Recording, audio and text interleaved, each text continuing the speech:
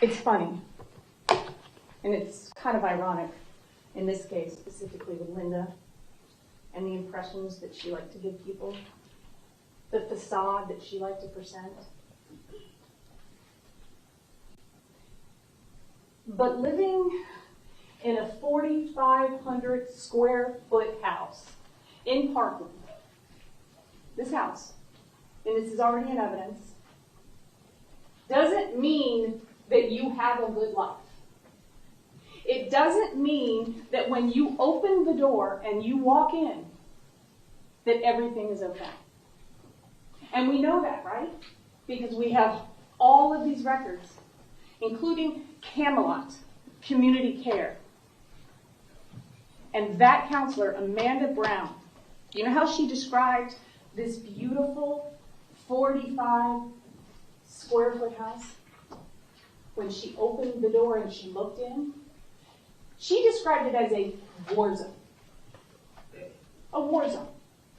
And we know from the testimony of lots and lots of records and some of the Henderson providers, and these are in evidence, this is the inside of that 45,000 square foot house. And you have these pictures, so when you get closer, you'll see that Linda has patched all the holes in the house. Zachary and Nikolas punched. Not a lot of furniture, right? Kids destroyed all that. When you get this photo, you can look closer, that they had Berber carpet. And the records tell you that both Zach and Nikolas unwound the carpet, so she just left concrete.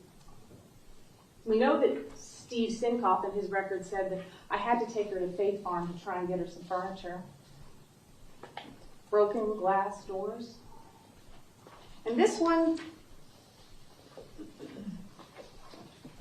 is particularly interesting. This is the photograph of Nikolas's and Zachary's bathroom.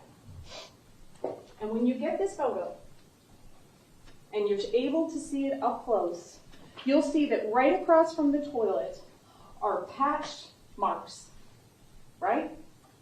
And you will know, if you review the Henderson records in episode 2, that this was one of the things that his therapist, Jared Benningfield, tried to work on with Nikolas, because he would get so frustrated, he would sit on the toilet with a knife and just strike through the drywall. This isn't a 4,500 square foot house where everything was happy